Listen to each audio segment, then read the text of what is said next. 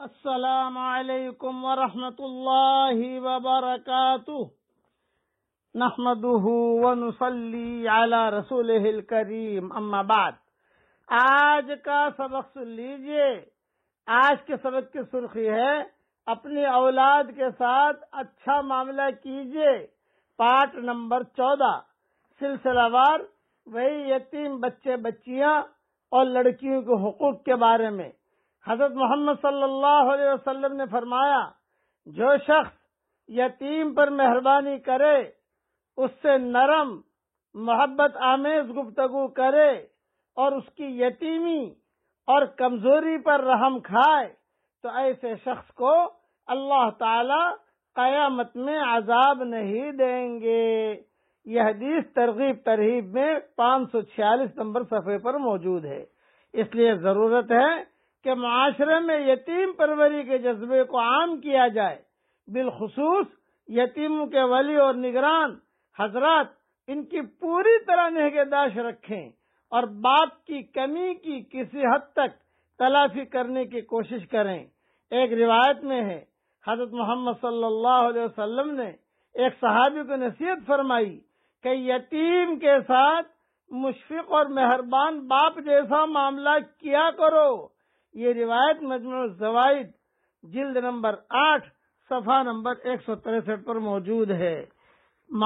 یتیم لڑکے اور لڑکیاں کسی خاندان یا سماج کا سب سے زیادہ کمزور حصہ ہوتے ہیں، اس لیے خدا سے ڈر کا سب سے زیادہ سخت امتحان یتیم لڑکوں اور لڑکیوں کے بارے میں ہوتا ہے۔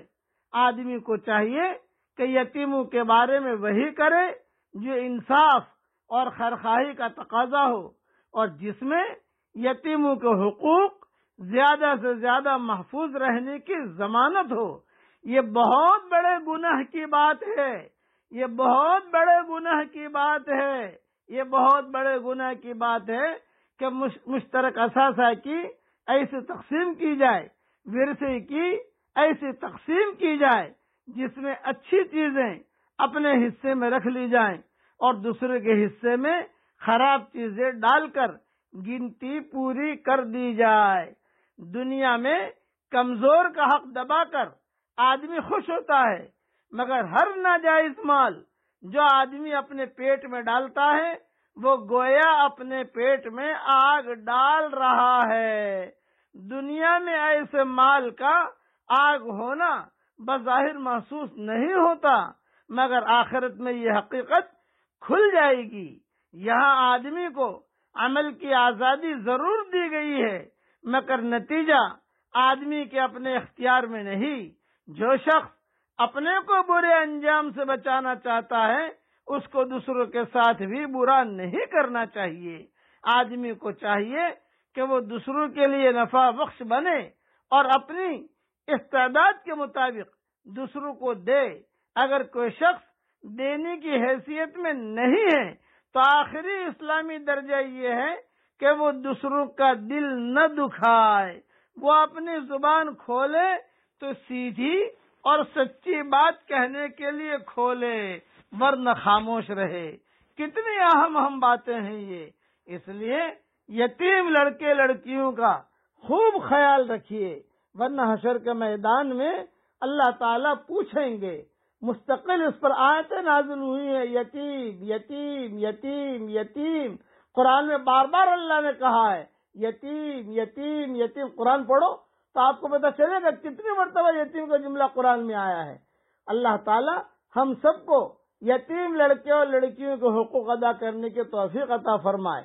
اچھا، یتیم جو ہوتا ہے وہ کتابوں میں لکھا ہے، آج جو میرا والد کا انتقال ہو گیا، میری عمر 65 سال کی ہے، اب میں یتیم نہیں ہوں۔